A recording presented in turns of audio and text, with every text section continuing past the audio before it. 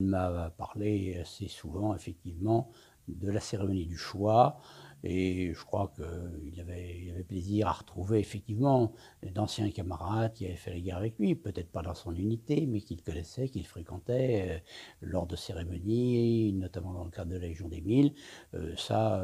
Cette partie mémorielle, effectivement, et souvenir pour lui, souvenir personnel, il en parlait et il le vivait effectivement.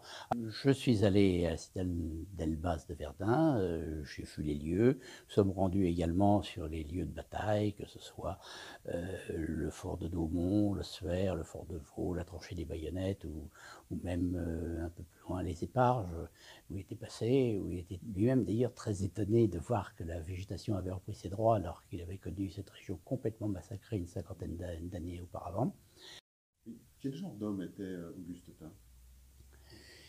C'était un homme, à titre personnel, familial, pour ses amis, un homme à la fois sérieux, on pouvait compter sur lui, il était de parole, il était fiable, il se donnait les moyens d'aboutir au but qu'il s'était fixé.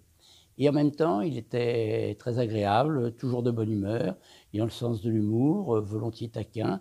euh, mais l'aspect sérieux, effectivement, était quand même ce qui le dominait.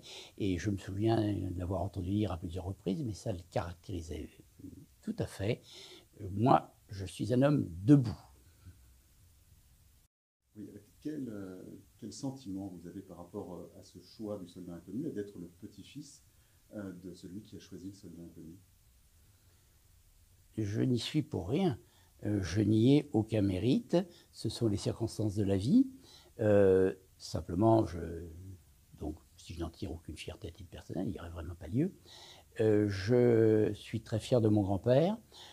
Bien sûr, il a désigné le soldat inconnu et c'est un symbole, je m'incline. Mais son mérite, ça a surtout été de s'engager alors qu'il n'avait pas l'âge d'être appelé. Il a devancé l'appel et il a pris tous les risques que l'on prend quand on part à la guerre. Il l'a fait volontairement, comme l'ont fait d'ailleurs un certain nombre de jeunes de l'époque, quelques milliers, de manière très courageuse, effectivement.